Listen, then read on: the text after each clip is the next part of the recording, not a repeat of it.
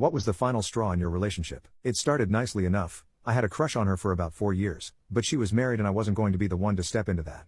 Found out she had moved out, was separating, etc., and had just started dating a mutual friend. He told me, because he knew I'd liked her for a while, and I told him I wasn't going to not go after her. A couple days later, we're banging. She leaves our mutual friend, who she'd been with for like a week, hooks up with me. He's angry, bitter, but gets over it after a couple years. We move in together, I get on great with her kids, still do, and things seem pretty good. The decline was subtle, frighteningly so. It started with her guilting me for not spending enough time with her. Now, I wasn't out at all hours, but I worked in food service and she worked retail. The hours we were together changed daily, because set schedules are taboo for some reason in those industries. So I would cancel plans with friends when I could be with her. After a while she had managed to cause me to alienate all of my friends, even my 2 closest childhood friends I saw maybe 5 times over the 2-year span right in the middle of our relationship.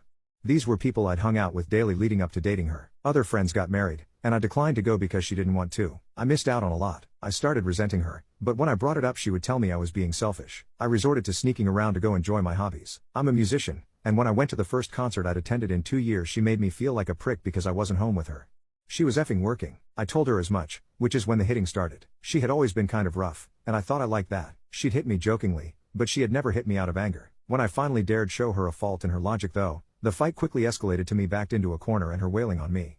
I wasn't going to hit back. I effing loved her. I'd never want to do anything to hurt her. And if she's this mad, maybe she's right. I was wrong for going to the show. And it kept up like that. Finally I started doubting my own judgment and memory. I believed what she told me happened, rather than what I knew happened. I believed my motives were whatever she said, rather than what I knew they were. I don't have an exact moment that I started losing interest in her romantically. At some point the intercourse dwindled off to maybe once a week, then once a month. I didn't see her as the girl I loved. She was my jailer, though I still hadn't consciously come to that conclusion. She had just beaten and manipulated every ounce of energy and love I had for her out of me. Her conclusion? I was beating too much. I wasn't interested in her because I was interested in other women, and was busy fapping to them. I had an intercourse addiction. She got me to go to effing meetings for this crap. She wanked over my browser history and once kicked the crap out of me because the last window I had closed was a tiny pop-up ad, which means when I open a new browser window it went to that small size.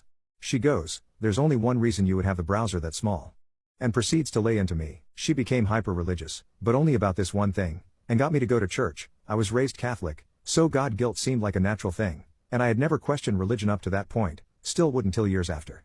She convinced me to quit my job of 2 years because she was convinced I wanted to sleep with one of my coworkers. After that I couldn't keep a job for more than a couple weeks without it throwing her into a jealous rage because I just happened to work with a woman. Accusations began to fly that I was cheating on her, or was thinking of other women when I was with her. She began insisting that we open the relationship so she can be satisfied, since I wasn't man enough to do it. She started inviting friends over. This would be the start of the final year with her, and would sit there and tell them in great detail about what a fupe I was and how I wouldn't F her. Around this time I proposed. I still don't know what the F I was thinking. Maybe I hoped she would chill out if there was a ring.